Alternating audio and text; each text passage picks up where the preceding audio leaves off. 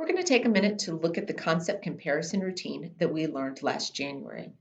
The concept comparison routine helps students compare and contrast concepts and summarize their similarities and differences. It's like a super powerful Venn diagram because it goes that extra step and asks students to summarize the learning that they've done once they've done the comparison. For the linking steps, our first is communicate targeted concepts, and that goes in box 1. In this example that you can see from 7th grade science, our targeted concepts are the skeletal, the muscular, and the integumentary system. Oftentimes when you give students a comparison table, you may already have these filled out. Students then have to use their prior knowledge and say, what do these all have in common? What groups them together? And be able to come up with some idea that the overall concept in box 2 is the support system. Hopefully students are familiar enough with this content that they know that all 3 of these are examples of support systems. That is step 2 of our linking steps, obtaining that overall concept.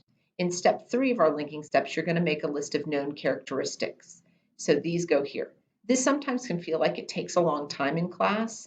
I often recommend that students participate in an activity in a prior class where they've done this, maybe not any way related to a comparison table.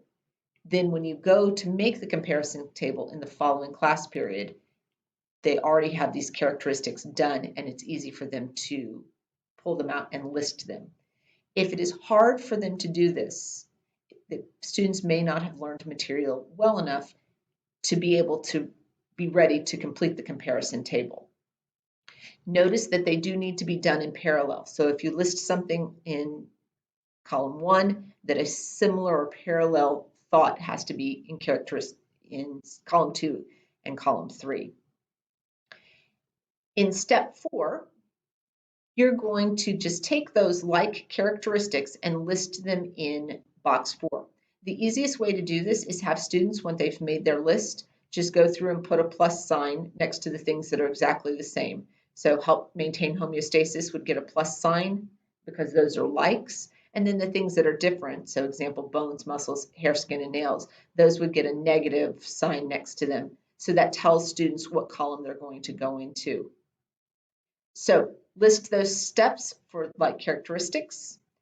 Then you're going to go to step 5, and this is a symbol like categories. This sometimes is the hardest one because you're having to have students look at these 3 things and say, what is a title or a grouping that would make sense that we could call this?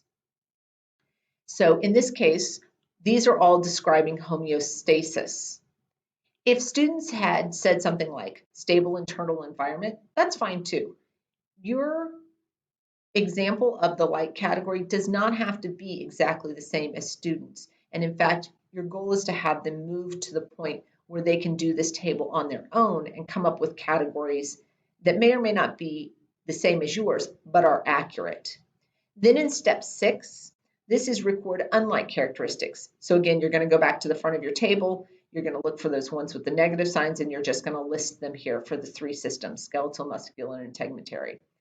Then in step 7, you're going to identify the unlike categories. So this is where students are going to have to go and be like, okay, so what do these things have in common? Can they be combined? Could I make a title for this group? And so, for example, these top ones would be structures of these systems. The rest of these things sort of describe the functions of the system. Sometimes if students are early on in learning this concept routine, or this routine, often asking them a question or having a preceded question that you know would help elicit or help them group this together sometimes is a useful strategy as students are learning the routine. Once they're familiar with it, then they should not be able to need that. In step 8, you're going to write that summary. And what I like about this is there's actually a formula that you can use to help them learn to write a good summary. So you're going to take the targeted concepts in box 1, plus the overall concept in box 2, plus the like and unlike categories, box 5 and 7. So you almost have a sentence stem that students can learn to fill out. This may seem kind of formulaic initially, but it does help students write a much stronger summary. Then in that box 9, you're going to go beyond. What is it that you're going to use this information for. Where is this learning going to be applied? So in this case, it was to help review for a test.